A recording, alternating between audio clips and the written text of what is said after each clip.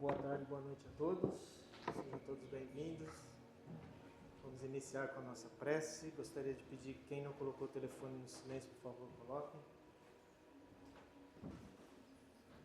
E convido a todos a fecharem seus olhos e me seguirem em pensamento. Vamos então elevando o nosso pensamento até Deus, nosso Pai, a Jesus, nosso Mestre, este Mestre de amor, de carinho, que nos envolve neste momento com as vibrações do plano mais alto, para que nós nos sintamos em casa. Que os espíritos, amigos, trabalhadores do Mestre, que prepararam esta sala com tanto carinho, possam nos envolver num abraço fraterno neste momento, nos recebendo como irmãos queridos que escolheram estar juntos hoje, na presença do Senhor, numa grande festa. Essa festa onde estão presentes nós, encarnados, e muitos desencarnados. Que sejam todos muito bem-vindos, que todos nós possamos aproveitar o bastante, para que quando sairmos daqui, estejamos melhores do que aqui entramos. Jesus, nosso Mestre, está presente em nossas vidas todos os momentos e principalmente quando nós estamos reunidos em seu nome.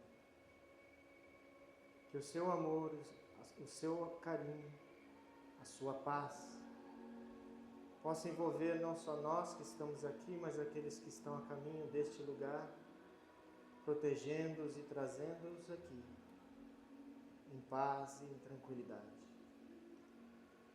Abençoe, Senhor, a todos os trabalhos desta casa, em todos os cômodos desta casa, seus trabalhadores e frequentadores. Abençoe também aqueles que infelizmente não poderão estar conosco nesta noite, onde quer que estejam. Que o Senhor possa permanecer conosco, nos envolvendo, nos intuindo, nos protegendo e trazendo para nós aquilo que nós realmente necessitamos em nossas vidas, para que nós continuemos a nossa jornada terrena.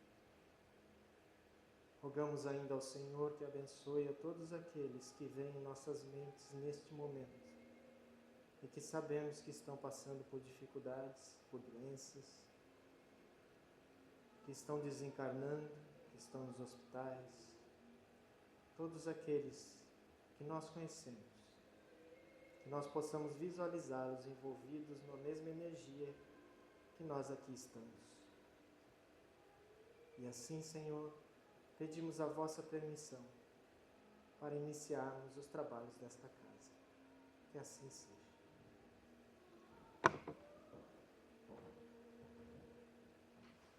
Muito bem. Nossa palestrante ainda não chegou, por isso, vamos, dentro do tema que ela vai abordar, vamos falar um pouco sobre o Livro dos Espíritos. Vamos começar, vamos dar continuidade, na verdade, né, na questão número 13. E, como sempre, peço um voluntário para ler. Quem gostaria de ler, por favor? Nós estamos falando sobre os atributos de Deus, os atributos divinos. Só um voluntário. Pode ler, vamos lá. Quando dizemos que Deus é eterno, infinito, imutável, imaterial, único, onipotente, soberanamente justo e bom, temos ideia completa de seus atributos? Do vosso ponto de vista, sim, porque credes abranger tudo. Sabei, porém, que há coisas que estão acima da inteligência do homem mais inteligente, as quais a vossa linguagem restrita, as vossas ideias e sensações não tem meios de exprimir. A razão, com efeito, vos diz que Deus deve possuir em grau supremo essas perfeições. Portanto, se uma lhe faltasse ou não fosse infinita, já ele não seria superior a tudo. Não seria preconcebível de Deus. Para estar acima de todas as coisas, Deus tem de se achar isento de qualquer vicissitude e de qualquer das imperfeições que que a imaginação possa conceber. Deus é eterno. Se tivesse tido princípio, teria saído do nada, ou então também teria sido criado por um ser anterior. É assim que, pouco a pouco, remontamos ao infinito e à eternidade. É imutável. Se estivesse sujeito à mudança, às leis que regem o universo, nenhuma estabilidade teria.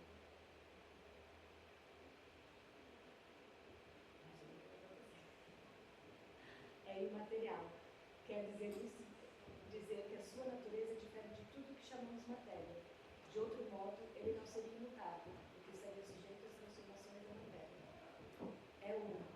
Se muitos deuses houvesse, não haveria unidade de vista, nem unidade de poder na ordenação do universo. É onipotente. Ele o é, porque é único. Se não dispusesse do soberano poder, algo haveria mais poderoso ou tão poderoso quanto ele. Então não teria feito todas as coisas. As que não houvesse feito seriam obra de outro Deus. É soberanamente justo e bom. A sabedoria providencial das leis divinas se revela, assim, nas mais pequeninas coisas, como nas maiores. E essa sabedoria não permite se duvide nem da justiça, nem da bondade de Deus. Alguém quer comentar?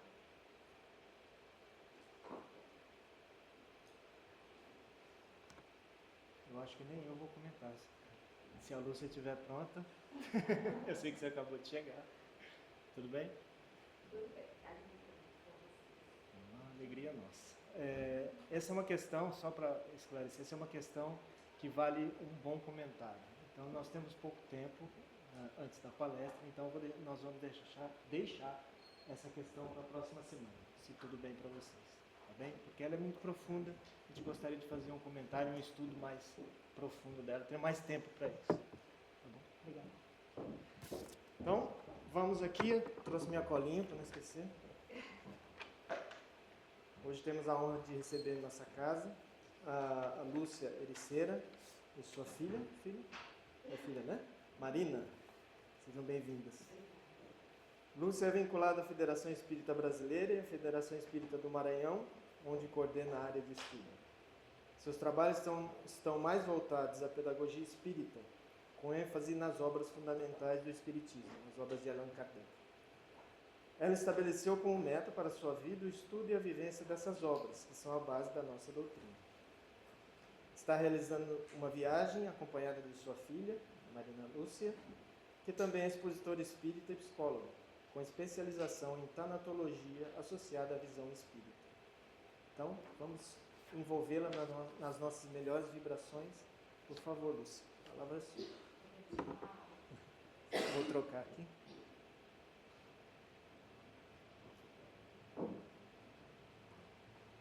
Se você puder colocar isso. Esse pra frente? Ah, é só prender. só prende aqui pra mim. Eu vou tirar esse pra me dar. Ok. Ah, tá 15 para as 8. Ok. Tem um E relógio. para passar os slides aqui, né? É só passar. Ok. Boa noite. Que alegria ser recebida em Londres e com esse acolhimento tão amoroso.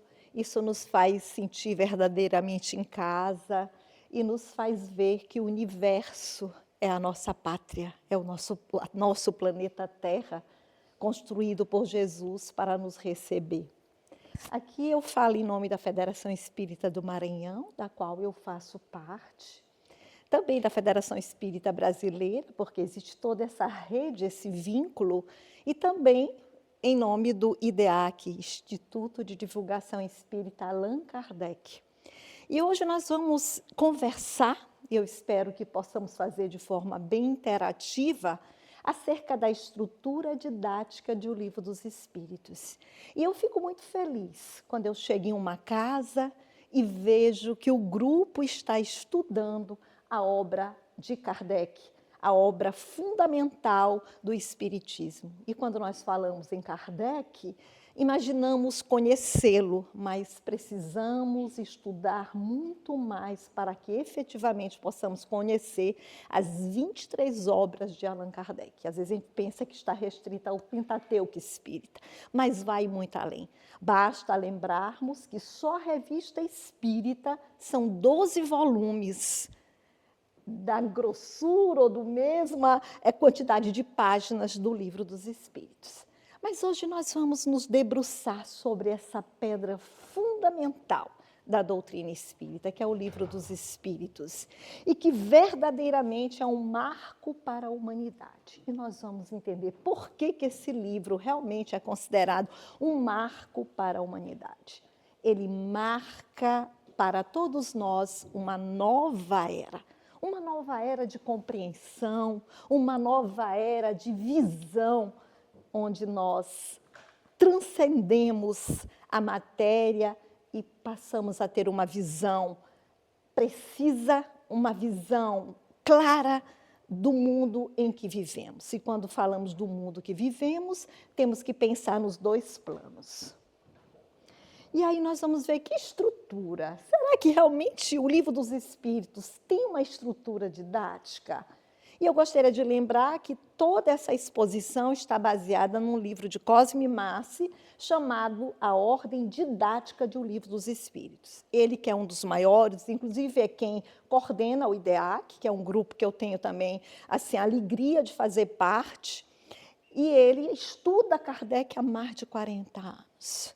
Estuda como pesquisador, verdadeiramente, inclusive, ele disponibiliza várias ferramentas, e uma delas que eu sempre recomendo, que é a Kardecpedia. Não sei se vocês conhecem, mas é extraordinário para quem quer conhecer Kardec integralmente, as 23 obras, inclusive estudá-las de forma integrada.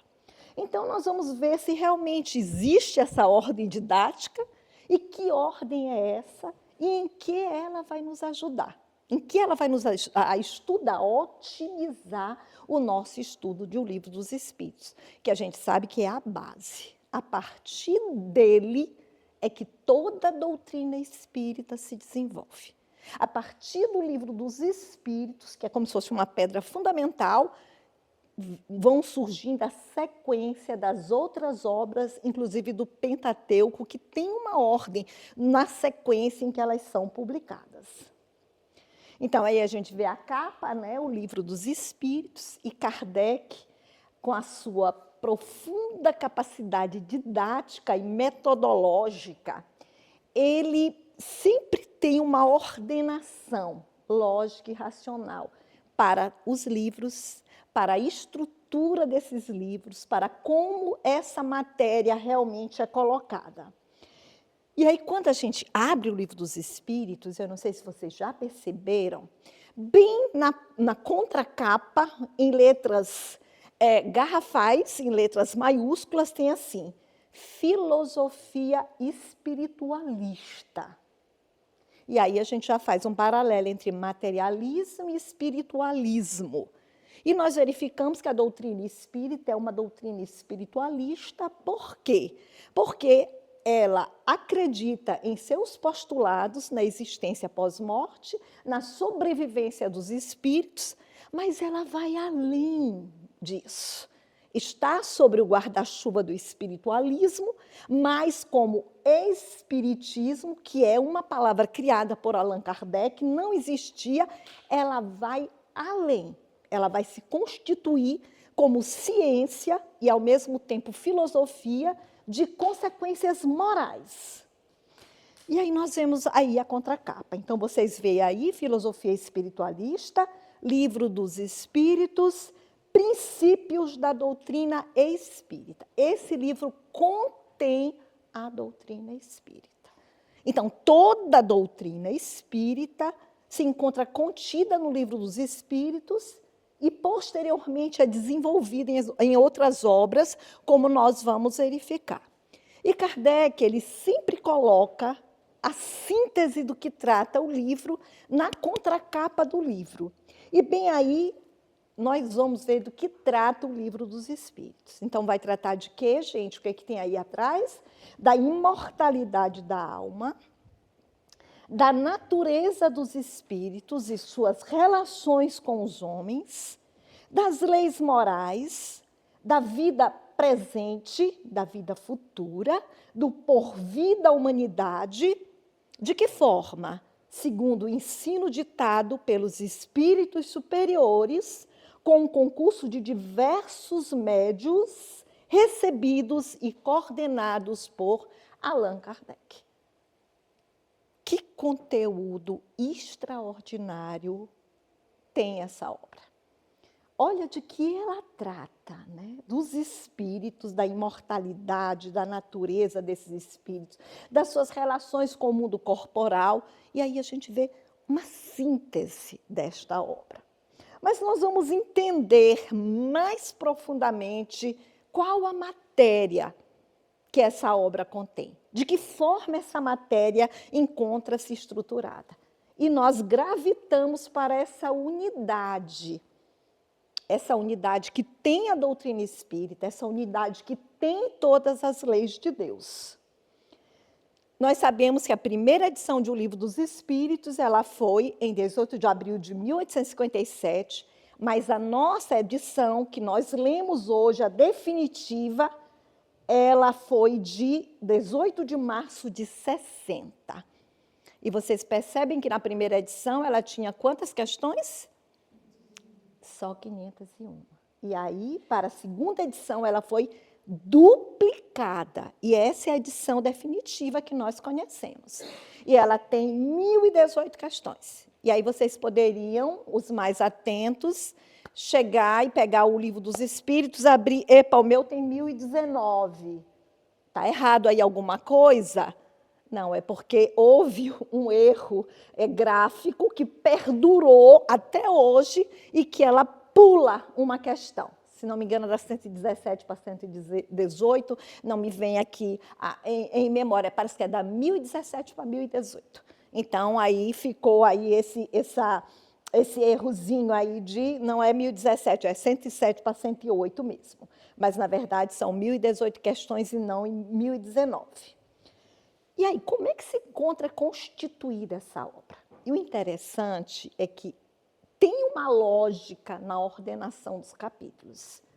Kardec, ele nos dá essa dica nos prolegômenos da obra, e nós vamos ver que dica é essa. Agora, para que nós possamos fazer a relação entre o conceito do espiritismo, já que o Livro dos Espíritos contém a doutrina espírita, para que nós vejamos se realmente ele contém a doutrina espírita, nós vamos buscar o conceito do espiritismo, que está na obra O que é o Espiritismo, e nós vamos fazer esse link do Livro dos Espíritos com esse conceito. Então, Allan Kardec define o espiritismo desta forma. O espiritismo é, ao mesmo tempo, uma ciência de observação e uma doutrina filosófica. Olha só, uma ciência de observação.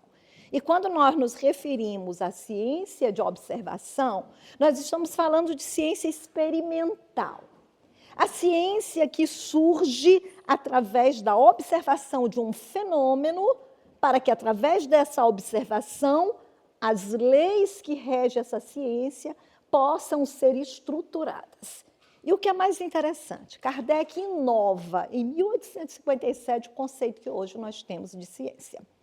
Porque toda ciência hoje, para ser considerada ciência, precisa do apoio de uma filosofia. E a filosofia da ciência, assim como a física quântica tem sua filosofia, o espiritismo, na época, já surge com o apoio dessa filosofia, que é a filosofia espírita. É a filosofia que dá apoio à ciência espírita. É a que vai estruturar as leis que regem esses fenômenos.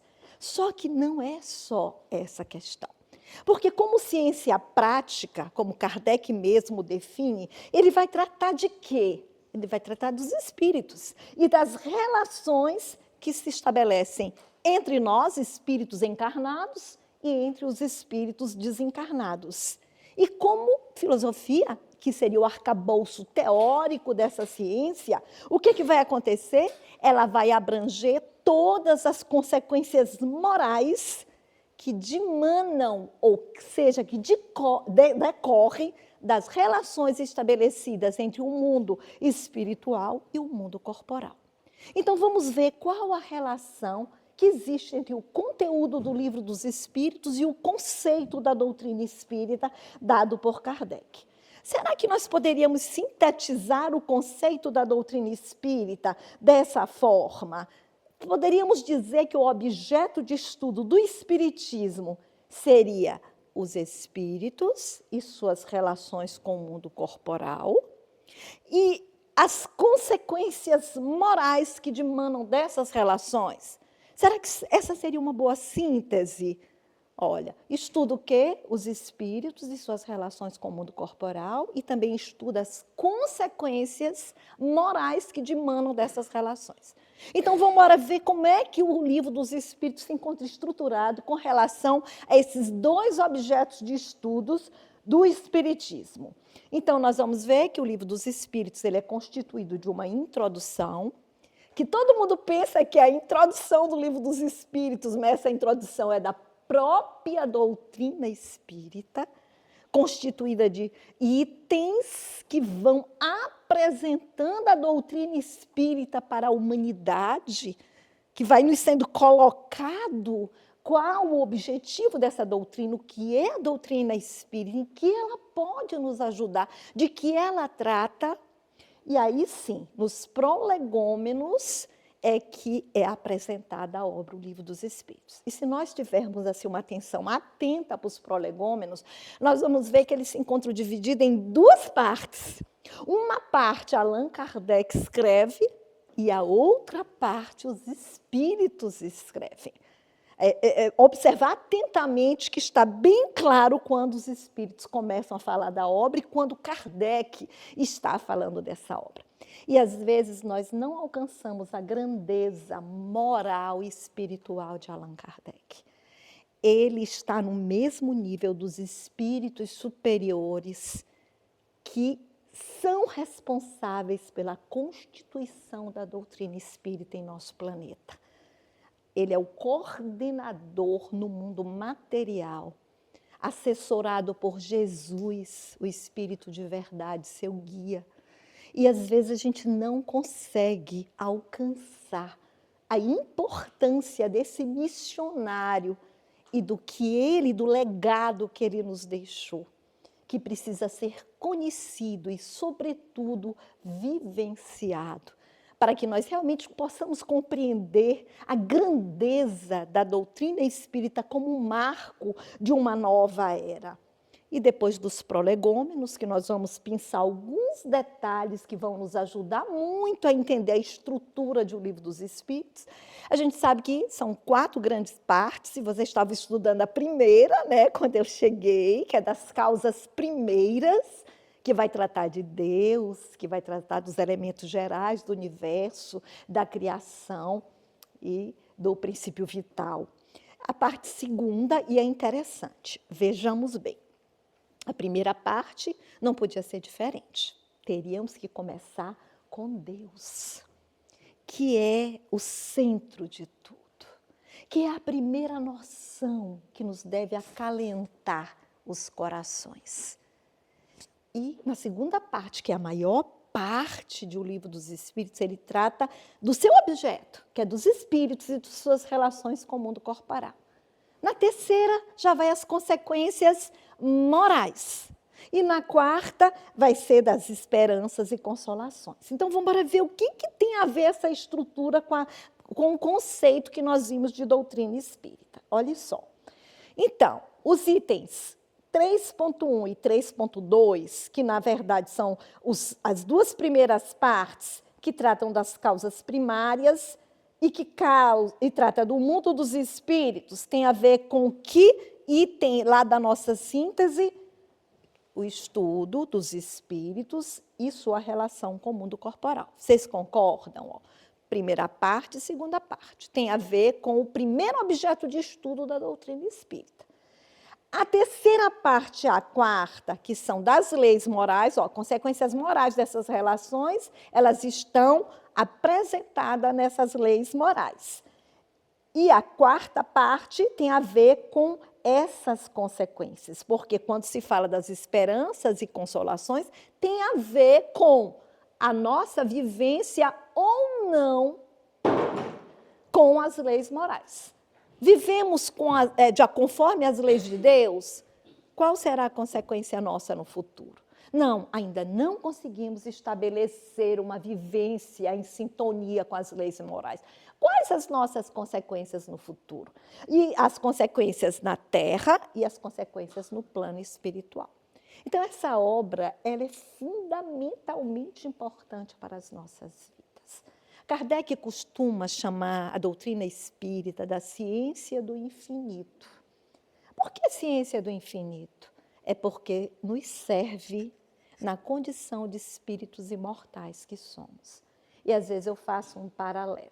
Nós chegamos aqui no planeta Terra, precisamos estudar bastante, né?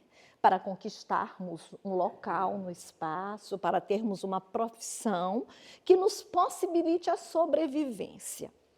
Aí depois você desencarna, tanto conhecimento, tanto estudo, não vai nos servir para grande coisa. Então, porque é um estudo, é um conhecimento temporal. É claro que vai fazer parte da nossa condição, dos nossos saberes que temos como espírito imortal. Mas o saber da doutrina espírita vai nos servir para toda a eternidade. Em qualquer circunstância, é o que vai realmente nos mostrar como viver melhor, como dar sentido às nossas existências. Então, aí nós percebemos como o conceito da doutrina espírita ele está intrinsecamente atrelado com o conteúdo do Livro dos Espíritos. E agora nós vamos pensar algumas frases desde a introdução e principalmente dos prolegômenos, para que a gente possa compreender a ordem didática dos capítulos e dos itens, né, dentro desses capítulos. Uma das maiores preocupações de Kardec foi com a questão da polissemia das palavras. Então, nós sabemos que a linguagem ela traz uma série digamos, de desconforto de entendimento, né? Porque como ela limita o pensamento, geralmente quando nós conversamos, geralmente nós não conseguimos dar a precisão do que nós estamos pensando. E às vezes gera muita confusão. Tanto a linguagem oral como a linguagem escrita gera essa confusão pelas polissemias. E Kardec, ele tinha uma precisão, um primor pela precisão. E aí, exatamente nessa introdução, no seu primeiro item, ele começa a falar sobre essa questão da polissemia e por que ele resolve criar palavras para designar eles para novos termos, novas palavras. Então, ele cria a palavra espiritismo. O adepto do espiritismo seria o espiritista, que hoje nós não usamos, inclusive na época não foi uma palavra que caiu no gosto popular, então ficou espírita para designar o adepto do espiritismo. E ele começa a falar exatamente sobre a questão da anfibologia, né, que é o sentido, é o estudo da polissemia, do estudo dos vários significados das palavras. Mas em Prolegômenos, ele apresenta realmente a obra. E ele começa dizendo assim, os espíritos, Allan Kardec escrevendo, anunciam que chegaram os tempos marcados pela providência para uma manifestação universal, que sendo eles os ministros de Deus, quem são os ministros de Deus? Esses espíritos superiores que nos vêm anunciar uma nova era para a humanidade, um tempo marcado pelo tempo de quem? Pelo tempo de Deus, pela providência divina. E eles são ministros de Deus e são os agentes de sua vontade, e cuja missão é o quê? Instruir, esclarecer os homens. E aí nós vamos ver por que um marco para a humanidade, abrindo uma nova era. Que era essa? Regeneração. Olha só, né? E aí nós fazemos essa conexão com as 3 revelações que marcam este período, desde o início ali com o Antigo Testamento, quando fica consolidada a ideia do monoteísmo, depois Jesus nos trazendo uma visão mais precisa de Deus através do sentimento do amor, e vem a doutrina espírita como terceira revelação consolidar esse trabalho para preparar a humanidade para uma nova época, para esse período de regeneração, que é muito importante para todos nós, porque precisamos nos tornar agentes ativos do nosso progresso durante esse período aí em que nós estamos transitando para que ele realmente se estabeleça. E ele esclarece, né, que este livro, ou seja, o livro dos Espíritos, é um repositório do ensino dos espíritos superiores. Ele diz, foi escrito por ordem e mediante ditado dos espíritos superiores. Eu acho muito lindo quando ele nos alerta para estabelecer os fundamentos de uma filosofia racional, isenta dos preconceitos do espírito de sistema. Olha só, né? Você tem que se despir de todos os seus preconceitos, dessa visão monoocular, muitas das vezes da miopia acadêmica, que não te permite olhar além e se permitir usar a lógica e o raciocínio. É essa a proposta de Allan Kardec, quando nos traz essa doutrina que rasga o véu e nos desvenda o olhar, mas para nos apontar uma chegada, um ponto de chegada. E aí esse período é que eu gostaria que nós observássemos bem. Continua Kardec. Nada contém que não seja a expressão do pensamento deles. Deles de quem, gente? De quem que nós estamos falando? Dos espíritos, mas não é qualquer espírito, são dos espíritos superiores. E aí nós lembramos da escala espírita, né? A escala espírita que divide os espíritos em 3 grandes ordens, que é a ternária, 3, né, que são os espíritos imperfeitos, os bons espíritos e os espíritos puros. Mas Kardec usa também uma classificação binária, que ele separa espíritos inferiores e superiores. Os inferiores são os imperfeitos e os superiores são os bons espíritos e os espíritos puros. Então, ele usa isso várias vezes, ou a escala binária ou essa escala ternária, que são de 3 ordens. Aqui, ele está usando a binária. Então, espíritos superiores são os bons espíritos e os espíritos puros. E o espírito puro que a gente conhece, quem é? Qual é o espírito puro que a gente conhece aqui, que já esteve entre nós? Jesus, né? Nosso construtor planetário, nosso guia, responsável por todos nós nessa escalada evolutiva. Então, aqui são os espíritos superiores, e não tenhamos dúvida, Kardec é um deles, tá? Kardec é um deles.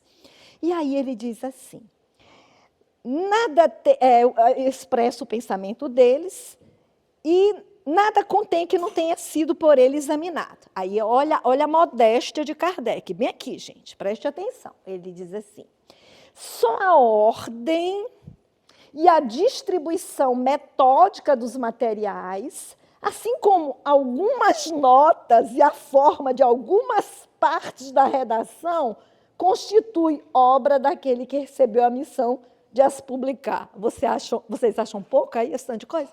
Para ter esse só.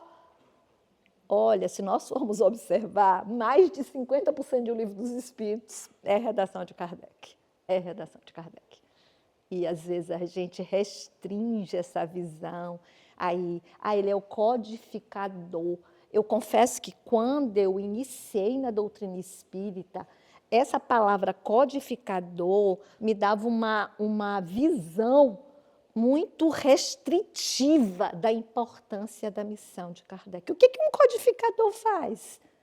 Né? Ele cataloga, ele coleciona dados, inclusive é uma palavra do vocabulário jurídico, mas é restritiva. Tudo bem, já caiu no domínio popular, a gente não vai mudar, mas nós precisamos ir além do significado das palavras, né? Tirar, como diz Paulo, da letra que mata o espírito, que dá uma visão maior, o espírito que dá vida, para que a gente possa compreender essa missão e, assim, a importância de Kardec na construção da doutrina espírita.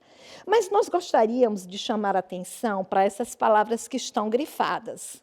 A ordem, distribuição metódica dos materiais. Opa! Então, o Livro dos Espíritos tem uma ordem e tem uma distribuição metódica. Será que nós espíritas já paramos para pensar que ordem é essa? Que método é esse na distribuição das matérias? Então, é sobre isso que hoje nós vamos tentar ampliar essa visão que vai nos facilitar estudar a doutrina. E esse estudo ele foi feito pelo Cosme, não é uma descoberta minha ou de outro expositor. E ele foi tão importante que ele exatamente se incomodou com esse período. Tem uma ordem, então eu tenho que descobrir que ordem é essa.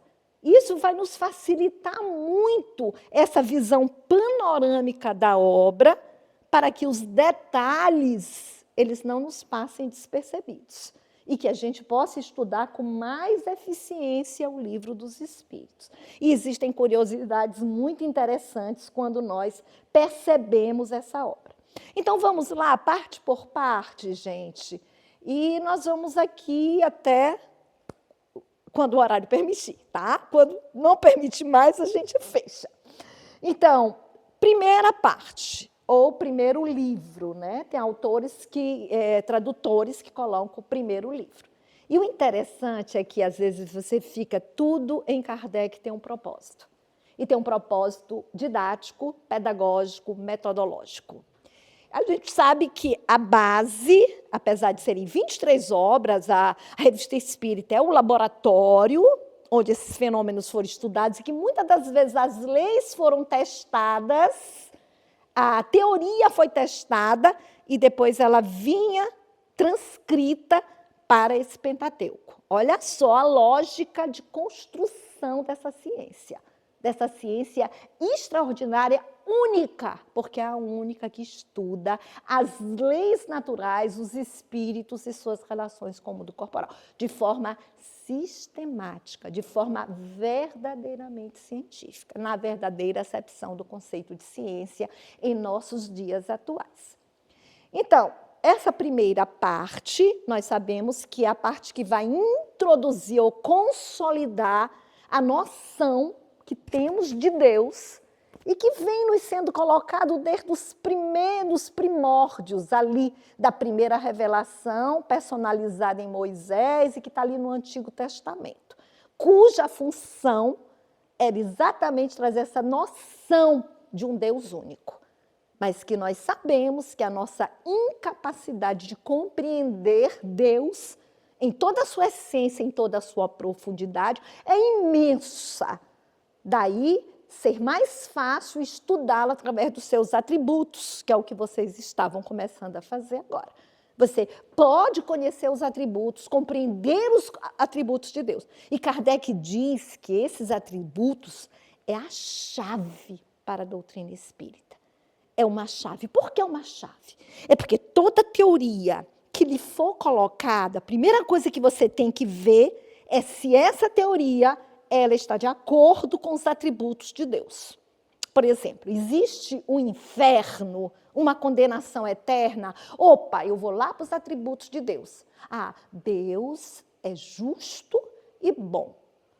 Ah, se Deus é justo e bom, ele não pode condenar um filho dele eternamente a um sofrimento sem tréguas, sem mudanças, um sofrimento definitivo. Ah, contraria um atributo de Deus. Descarta.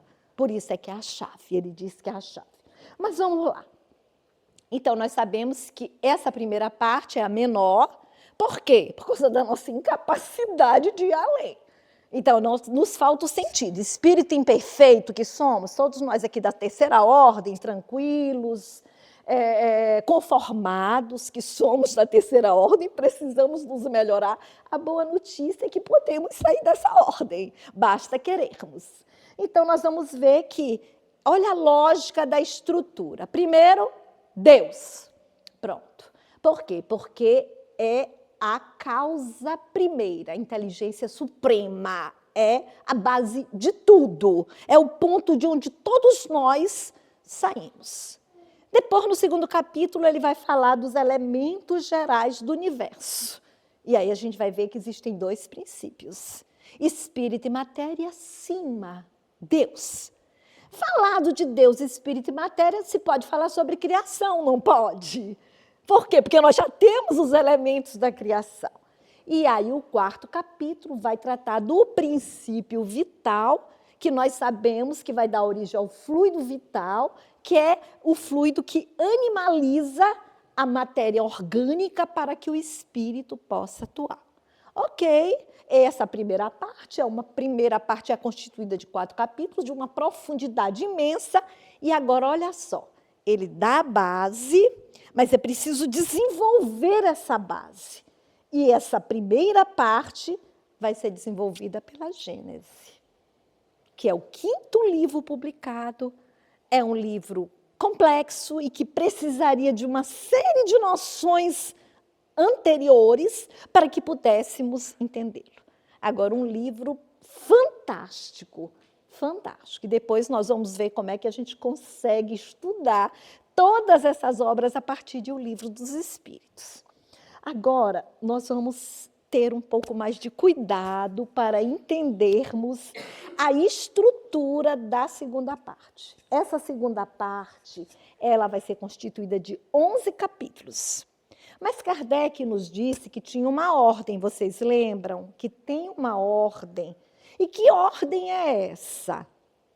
E nós estamos propondo essa possibilidade, que, na verdade, essa possibilidade é do Cosme. Ele que chegou a esse esquema para tentar entender a sequência da segunda parte de O Livro dos Espíritos. Olha, de que a segunda parte, ainda não olhe para lá, tá? Porque, na verdade, era para vir pouco a pouco, mas vamos lá, não olhem e agora vamos tentar nos colocar nesse mundo, nesse universo que nós vivemos.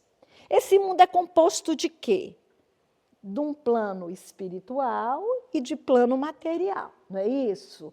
Só que essa separação ela é meramente didática, é o que em filosofia se chama de uma classificação meramente didática, porque, na verdade, não existe separação. Esses mundos interagem, esses mundos se interceptam, esses mundos estão ali em constante interação. E aí nós vamos ver assim, o espírito, tanto faz ele ser encarnado como desencarnado. O objeto da doutrina espírita, de estudo da doutrina espírita, é o espírito. Então, em que situação pode estar o espírito com referência ou com relação a esse universo? Ele pode estar, vamos ver a primeira situação, saindo do mundo espiritual e chegando no mundo, viajando, tá? Está num processo, saindo do mundo espiritual e chegando no mundo corporal. Pode, gente? Pode estar dessa forma? Olha, o espírito está ali no processo de quê? Encarnação. Ele está fazendo a sua viagem. É como eu aqui. Eu saí lá do Brasil, de uma terrinha bem remota chamada São Luís, e estou aqui em processo de viagem. Parei aqui com vocês nessa terra maravilhosa que eu ainda não conhecia, mas que estou tendo a grata satisfação de conhecer. Então, essa é a primeira situação. Me ajudem e memorizem essa primeira situação. Então, o espírito está saindo do plano espiritual para o plano material, ou seja, está reencarnando, ou encarnando se for um espírito puro, né, que não precisa mais reencarnar. Mas também pode acontecer que esse espírito esteja saindo do mundo corporal e indo para o plano espiritual. Está em viagem de retorno. Pode? Pode. Então, essa é a nossa segunda situação. A terceira situação é o espírito que está lá no plano espiritual. Pronto, ele está lá, morando, vivendo, que está na erraticidade, se não precisar reencarnar. Se precisar reencarnar, ele está na erraticidade. Se não precisar reencarnar, é o espírito puro, que é outra classificação que Allan Kardec faz, né? Espírito que está na erraticidade ou espírito puro. O espírito que está na erraticidade precisa reencarnar, e o espírito puro não precisa mais. A quarta situação é o espírito, somos nós aqui. Onde é que a gente está? No mundo corporal. Né? Nós estamos aqui se usando de uma vestimenta física, então essa seria a quarta situação. E poderia parecer que essas 4 bastariam, mas não. Ainda existem mais 2 situações. A situação em que o espírito ele está no mundo corporal, mas está interferindo no mundo espiritual. Pode? Nós interferimos no plano espiritual? Nós que estamos aqui, sabemos que sim, né? Nós emancipamos quando estamos dormindo, nós saímos do nosso corpo, tanto que os sonhos são lembranças das vivências espirituais. Então, essa situação que seria a quinta situação. E existe uma sexta situação que o espírito está no mundo espiritual interferindo no mundo material. Quem pode dar um exemplo de uma situação dessa? Do espírito no plano espiritual, interferindo no plano material. Pode ser quando André Luiz visitou a família? Pode. O que mais? Obsessão é um exemplo típico. E aí é legal que a gente já vai ver que tudo isso é estudado no seu capítulo devido, né? Então, ele está lá no plano espiritual, mas está interferindo no plano material. Então, gente, são 6 situações, mas são 11 capítulos, e agora eu fiquei numa situação difícil. Como é que nós vamos resolver essa situação? Vamos apelar para a didática de Allan Kardec. Ora, o primeiro capítulo, ele não pode começar a falar de espírito vindo do plano espiritual para o material, se antes ele não falar dos espíritos. Vocês concordam? Então, vamos lá ver como é que ele faz. 11 capítulos, o primeiro capítulo ele tem que apresentar, né, qual é o objeto de estudo. Então, olha aqui, gente, ele vai falar o que é o espírito, ele vai fundamentar, vai explicar através de perguntas e respostas. E o interessante é que quando nós estivermos estudando questão a questão do Livro dos Espíritos, sempre relacionar com o item em que essas questões estão vinculadas. Porque Kardec, ele faz, de cada capítulo, ele tem um objetivo geral, e esse capítulo ele é distribuído em matérias, em temas. E existem questões vinculadas a esse tema. Então, é muito importante a gente ficar atenta a isso. Opa, que matéria é essa aqui? Aí todas as questões, porque percebam, ele vai mudando os títulos, as questões seguem em sequência, mas cada questão ela está vinculada a um capítulo que, por sua vez, está vinculada a uma matéria. Então, ele começa a nos apresentar os espíritos. Quando ele, no segundo capítulo, ele vai falar o quê? Da encarnação dos espíritos. Que situação é essa? Aquela primeira, o espírito está saindo do mundo espiritual e indo para o mundo corporal. Então, o segundo capítulo é aquela nossa primeira situação. Vocês gravaram o gráfico? Gravaram? Mas a gente vai repetindo aqui, que é para poder entender. O terceiro capítulo, olha, chega, tem que voltar, não tem? Nós temos que voltar, porque a pátria verdadeira é a pátria do espírito, né? A matéria é o nosso instrumento de progresso. Nós estamos aqui para progredir. Então, apresenta o espírito, primeiro capítulo. Segundo capítulo vai tratar do quê? Da encarnação dos espíritos, ou seja, da vinda deles do mundo material para o mundo espiritual. Da vinda deles do mundo espiritual, me ajudem! Da vinda deles do mundo espiritual para o mundo corporal, encarnação. Isso é quando eu errar de propósito, que é para vocês, opa, não é por aí. Aí vamos para o terceiro capítulo. De que vai tratar o terceiro capítulo? Ele vai tratar da volta do mundo corporal para o mundo espiritual. Retorno da vida corporal para a vida espiritual. Opa! Aí nós já estamos introduzindo um assunto novo. Encarnar e desencarnar. O que é isso, gente? O que é isso? Quando você encarna e desencarna, qual é a matéria importantíssima que está sendo apresentada para a gente agora? Reencarnação ou pluralidade das existências. Ele teve que dar uma parada naquele esquema lá de localização dos espíritos.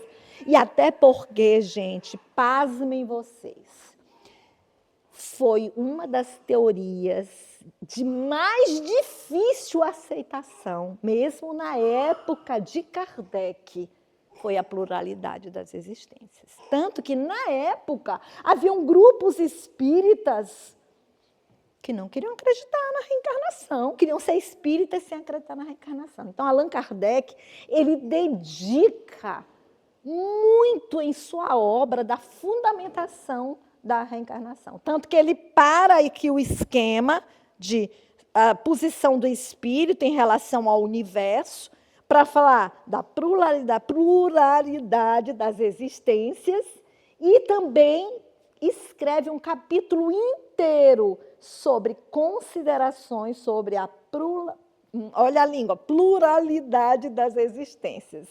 É que Marina gosta de dizer que é prende-língua, né, minha filha? Como é que a gente... prende-língua.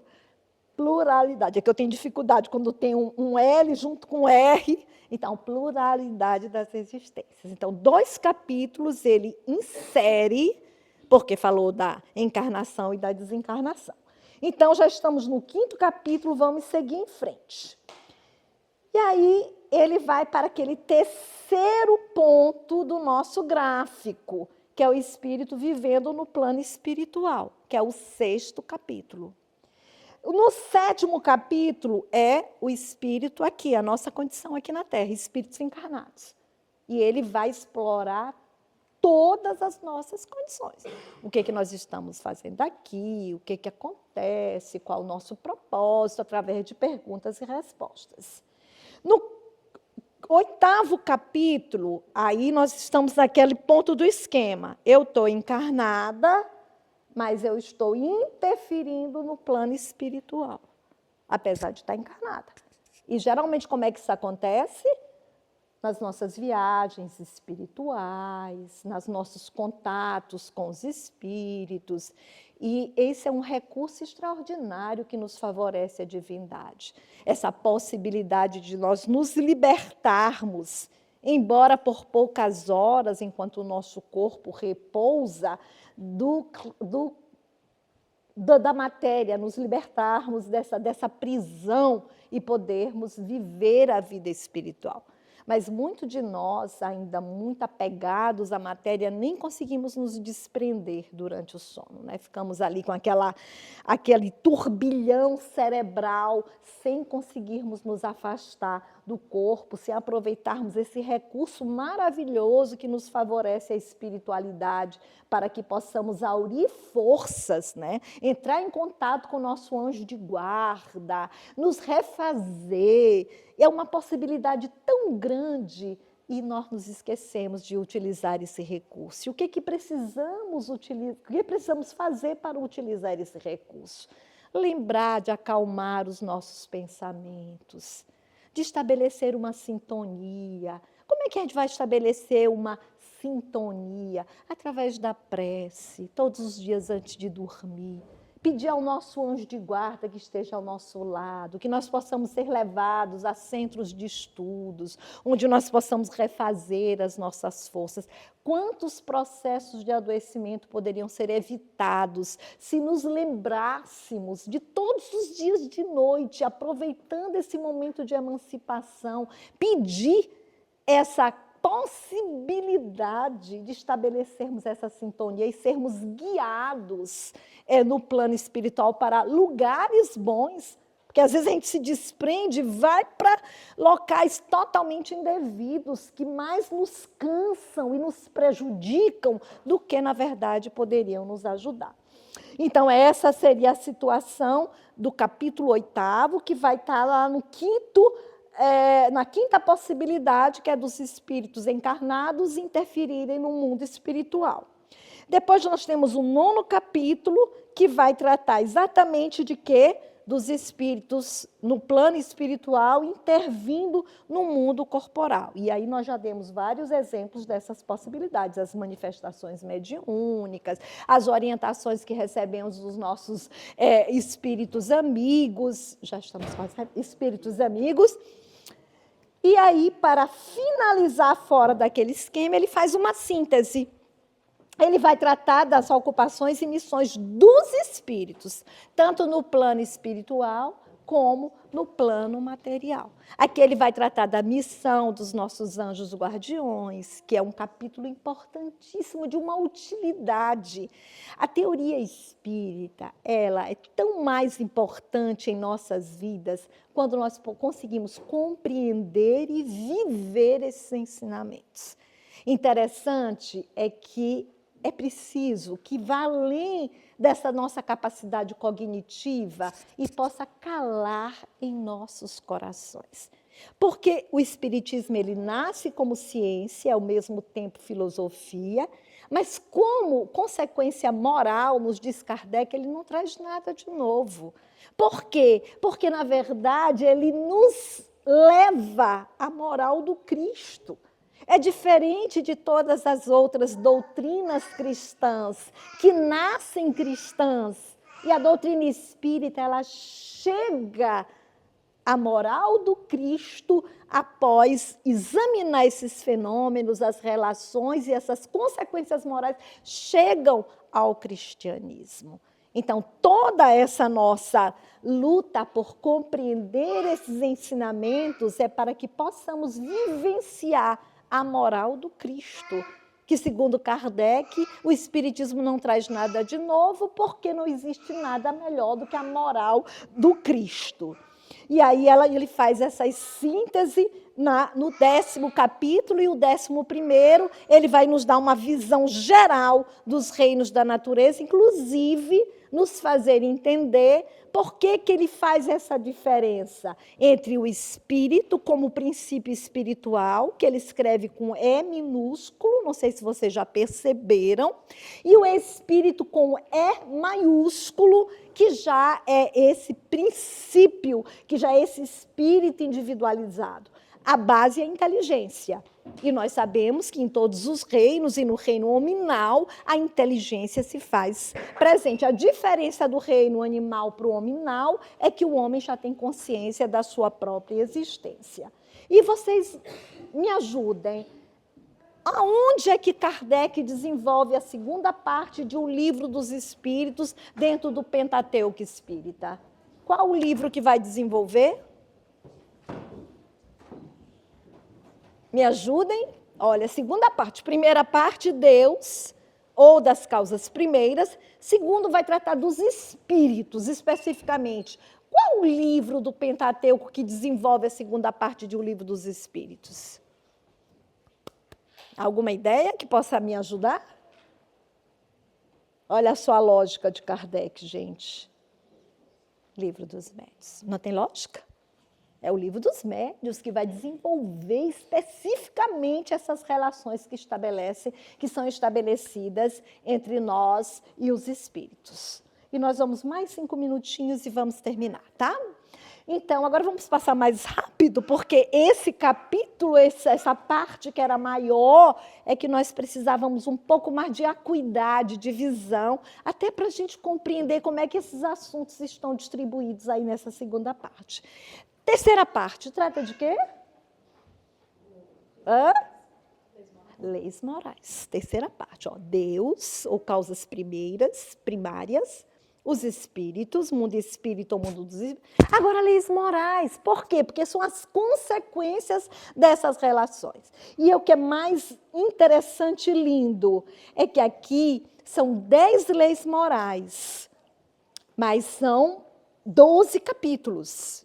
Por que são 10 leis morais e são 12 capítulos? Por quê? E o que é também maravilhoso é que Kardec faz uma relação dessas 10 leis com as 10 leis de Moisés. Olha a unidade, a integração com as revelações e a unidade divina, né, que existe.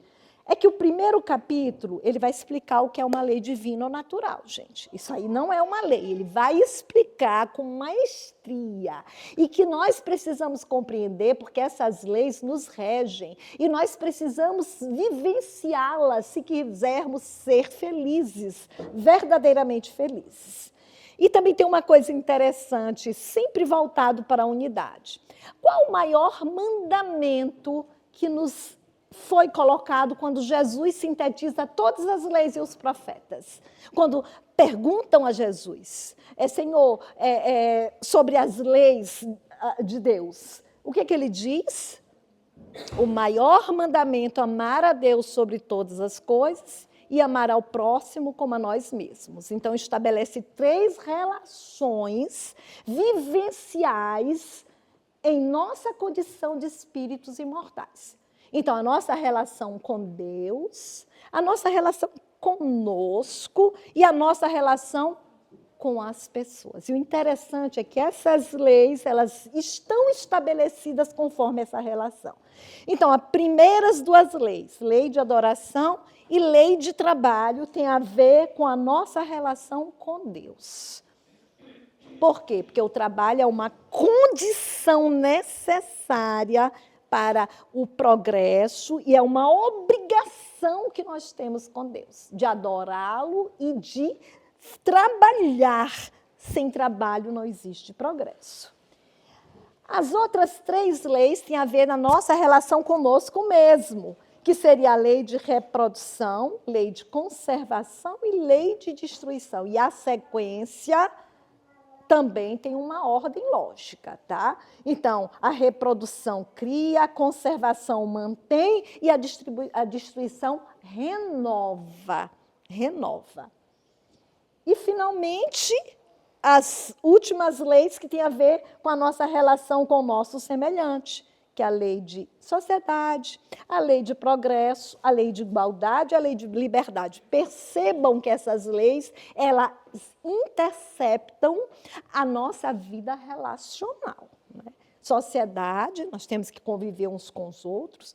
O progresso, ele é coletivo, ele é individual, mas ele é, sobretudo, nós progredimos em nossa vida de relação. A gente não consegue progredir no insulamento. A lei de igualdade tem a ver com essa minha relação com o meu semelhante. Eu sou igual a você. Eu tenho que me estabelecer exatamente nessa condição de termos os mesmos direitos e deveres. E a lei de liberdade, então, tem a ver... Deixa eu voltar aqui. Com a nossa relação com o próximo. A lei de justiça e de amor e caridade, gente, é uma síntese das 10 últimas leis. E ela, olha só, tem relação à justiça com Deus, amor, que eu tenho que saber me amar para poder amar as outras pessoas, e a caridade, quando eu direciono esse amor para as pessoas que estão à nossa volta. Novamente, a relação Deus, relação comigo mesmo e relação com o meu semelhante. E a perfeição moral, o último capítulo, é a aplicação de todas essas leis. Como é que eu faço para aplicá-las? Para aplicá-las, de que forma eu posso vivenciá-las? E qual livro do Pentateuco desenvolve essa terceira parte que trata das leis morais? Essa é fácil. Hã? Evangelho segundo o Espiritismo. Olha só, que pedagogia, que metodologia Allan Kardec nos traz, né, na constituição da própria doutrina espírita. E, finalmente, para concluirmos, nós vamos ver a quarta parte, que trata das esperanças e consolações, e que vai nos dizer exatamente o que é que vai nos acontecer se vivermos conforme essas leis, ou se vivermos de forma contrária, né, no contrafluxo das leis divinas. E ela possui só 2 capítulos, porque ela vai tratar das penas, e as penas têm a ver com o quê? Com cumprimento ou não cumprimento das leis? Com não cumprimento, né? E gozos terrestres, e aí nos diz que a partir de agora a gente já pode sofrer as consequências, mas elas podem ser boas ou más. Isso depende de cada um de nós. E fala sobre o que as penas e gozos futuros, e a obra, para não nos alongarmos mais, é o Céu e Inferno, que trata desse capítulo. Então, assim se encontra constituída essa obra monumental, é uma pedra no edifício da doutrina espírita, a partir de onde essa doutrina foi erigida, e é um marco para a humanidade.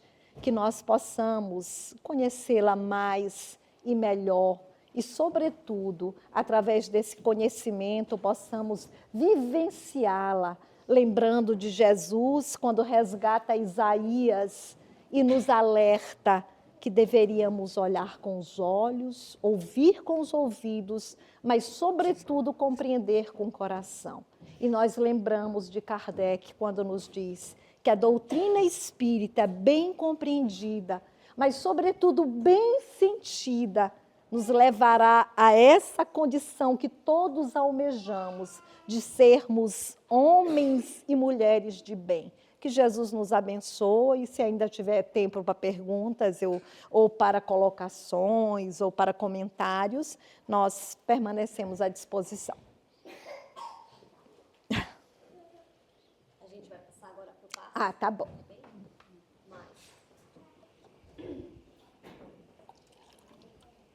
Nós agradecemos. Eu que agradeço a oportunidade. Opa.